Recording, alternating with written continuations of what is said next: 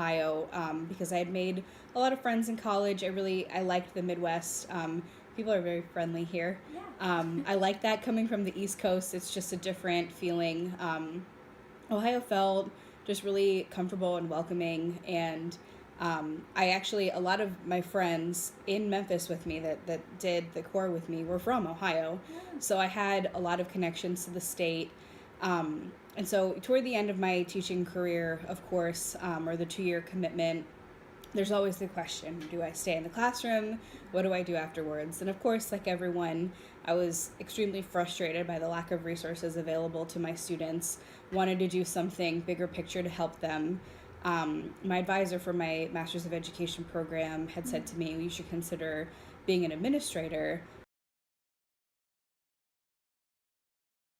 Of course, the end of both of my years of teaching were really memorable, getting my students to what we call them at that point significant gains.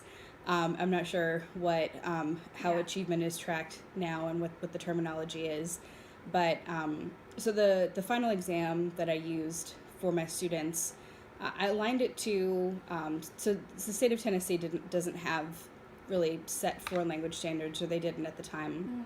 So I aligned it to state assessments for New York, and also I went to the University of Memphis and I asked them for their placement test for incoming freshmen to place students into Spanish 201 or 202. Yeah.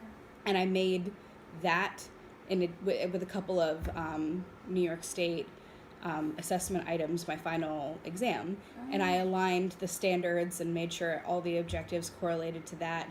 So it was really exciting for my students to be able to achieve mastery with reading, writing, speaking, grammar, and listening, to then be able to say, like, you didn't think you were going to go to college? Well, guess again, you just placed into Spanish 202. So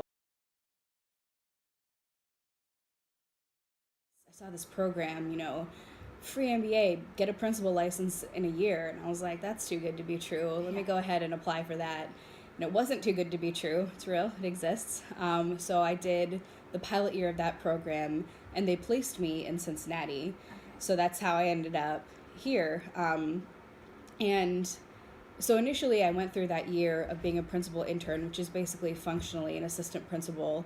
At the end of that, I earned my principal license, and I worked for a year as an assistant principal in a district just north of here, Winton Woods High School. Yeah. And, I was just doing what I was doing there, helping them out. And then I got a call from Cincinnati Public Schools saying, hey, we want to open this bilingual Spanish school. We really want a principal who speaks Spanish. We don't have anybody. Yeah. So I went in for an interview, and I know they had interviewed a couple other candidates. But it turns out that the intersection of people who have a principal license and who speak Spanish in Southwest Ohio is me. Yeah.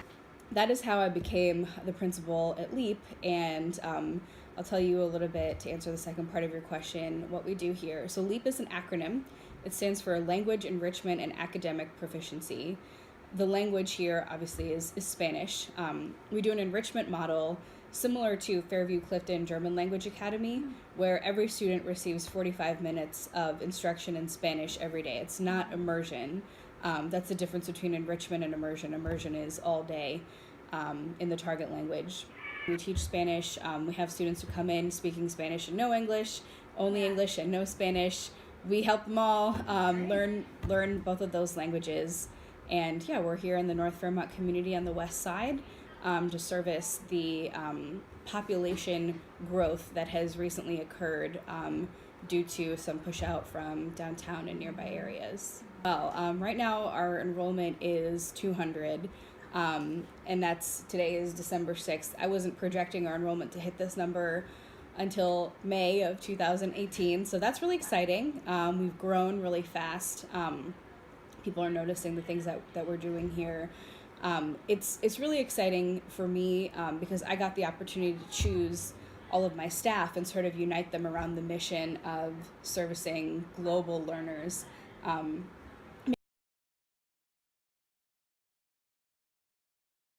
So it definitely made me unafraid of a creative challenge. having to meet my students where they were when I began teaching, as opposed to meeting them where curriculum suggested they would be, obviously, was challenging as a first year teacher. But what are you going to do? Turn your back on your students? Of course, you're not going to do that. So being able to approach things creatively, when I saw the opportunity to do Bright New Leaders, seeing that was a pilot program, of course I could have said, oh, that I don't, it's never existed before, no one's ever done it, maybe I'll pass on that. Or when they called me to, create a new school, I might have said, oh, I don't want the responsibility of, starting something new and having that ownership.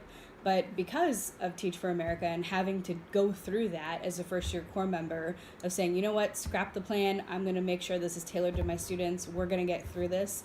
I think building that resiliency at a young age, I was 21 when I walked in on the first day of school to my classroom, teaching high school juniors and seniors, being able to figure that out quickly, not back away from a challenge, definitely impacted where I am now.